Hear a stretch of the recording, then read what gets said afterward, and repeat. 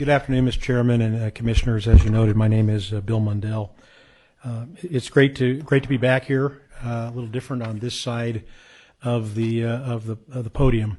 I would say that I had written these notes last night and then this morning, and then having sat through a lot of the discussion today, I think they're even more on point than when I wrote them last night and this morning. As a former commissioner and chair, I serve with 8 other commissioners, and I can tell you that in every case, the bottom line with the commissioners is, what is the actual rate increase going to be? What is the bill impact going to be on customers? Not what is this adjuster or that adjuster, or when this adjuster will end and this one will go into effect. So I think it's important when reviewing this case, at least when I was looking at it, I tried to look at it, as I said, as a perspective as a former commissioner, and said, okay, one of two things happened in this case. One of two things happened. Either the commissioners and the staff made a mistake and didn't have adequate information, or it wasn't explained to them adequately, or number two, in the alternative, they knew exactly what they were doing when they sent out the press release that said there was going to be a 4.5% increase. As a former commissioner, I'd like to think that it was a mistake, and that's what I believe it was. Because if you look and go back and look at the history of what occurred here, initially, staff and RUCO, and in fact, Chairman Burns in his dissent mentioned it, both staff and RUCO said that APS wasn't entitled to any increase whatsoever, or that rates should go down. That was the initial filing in the underlying rate case. And then I won't say all of a sudden, but then at some point a settlement was entered into that staff signed with the other settling parties. So how do you go from there should be no increase at all, or maybe a decrease, to what we've learned today of 12, 13, 14, 15%, depending on when the adjuster goes into effect or when it doesn't go into effect? That's why, I honestly believe, at least that there was a mistake made by the commissioners when they voted on this matter.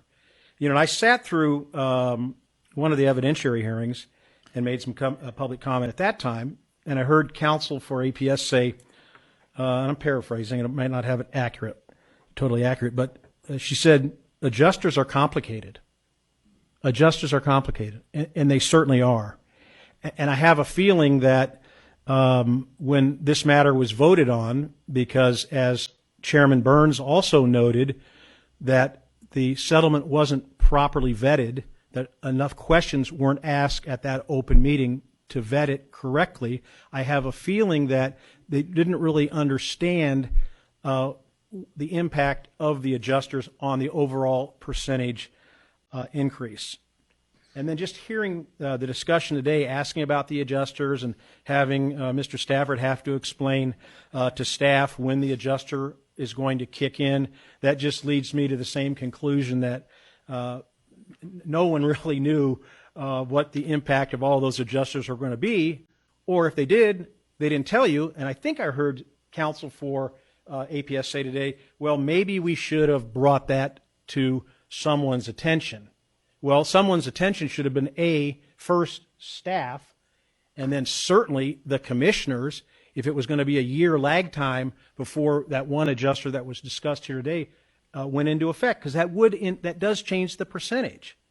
And if you look at both the press release that APS issued on the same day of the vote, they had it out there, they got it out there, and if I've learned anything from all these disclosures that we've had recently, they got quite a team working over there at APS and Pinnacle West to make decisions and issue press releases. They got it out there, and they said, and I'll read it, it says, with the typical monthly residential bill increasing 4.5%, or about $6 per month. And then the commission press release the next day said The impact on the average residential bill is estimated to be a 4.54, pretty specific, a 4.54 increase, which equates to a $6 monthly increase. It didn't say these are the increase for the base rates, or they're going to be higher when the adjusters kick in, or when the adjusters are swept. The terminology that's being used here, the adjusters are swept, didn't say that. So I would think that the commissioners and the general public would say, yeah, it's going to be about 4.5%. And then, as I said, the chairman voted against the rate increase, and actually said that if I can find it here, that the rate increase was not justified. And I wasn't going to mention the dollar amounts because I wasn't sure if it was appropriate. The amount of money that APS has been earning in the last few years. But when I heard counsel for APS say, well, we needed this rate increase to make sure we have clean, affordable energy in Arizona. It sounded like a commercial to me that I recollect may have taken place in the past. But I thought, APS has made over $1 billion in the last 2 years. $1 billion.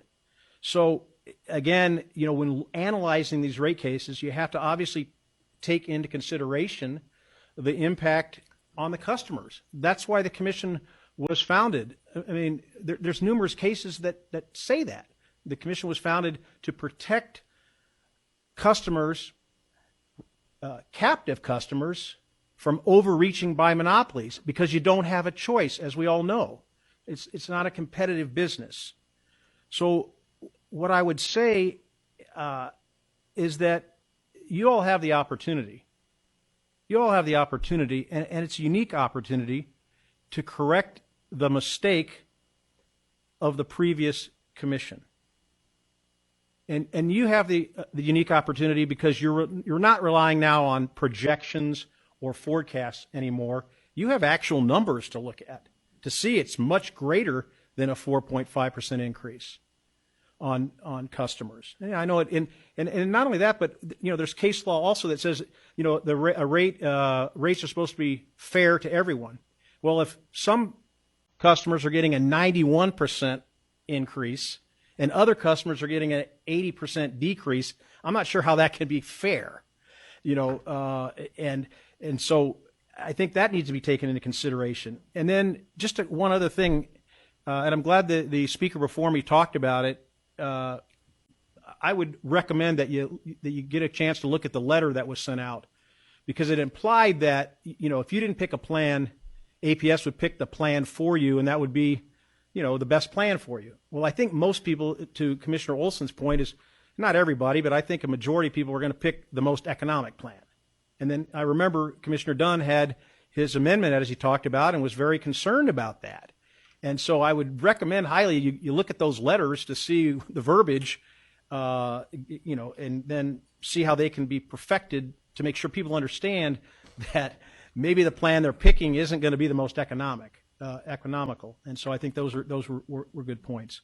So in conclusion, well, let me just say this. I know, Commissioner Kennedy wasn't here to vote on the rate increase, the original rate increase, and Commissioner Olson wasn't. Commissioner Burns, as I indicated, voted no, and then Commissioner Dunn was fairly new, and I don't think was provided adequate information to make an informed decision.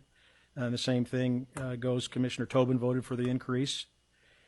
But I would say, as I said, you have an opportunity, and I don't think there's any shame. I don't think there's any shame in admitting that you made a mistake. I mean, to err is human. We all, as public officials, we're all, you all are public officials. I've been a public official. We've all made mistakes in votes. But one of the beauties of the commission is we have ARS 40-252, which allows us to correct mistakes. And I noticed on the agenda today, I think there was four 40-252 items on some water companies. And I know in the past, 40-252 has been utilized on other matters for APS and for Johnson Utilities. So it is obviously a statutory provision that allows you to correct mistakes when you gather more, when you have more information and updated information. So, in conclusion, I would just say you have the statutory authority and the constitutional duty to protect the ratepayers and the customers of APS from an unjust and unjustified rate increase. You have that opportunity. I would urge you to do that. I would urge you to rescind this rate increase and send it back for a new hearing. So I thank you very much for your time. Okay. Thank you.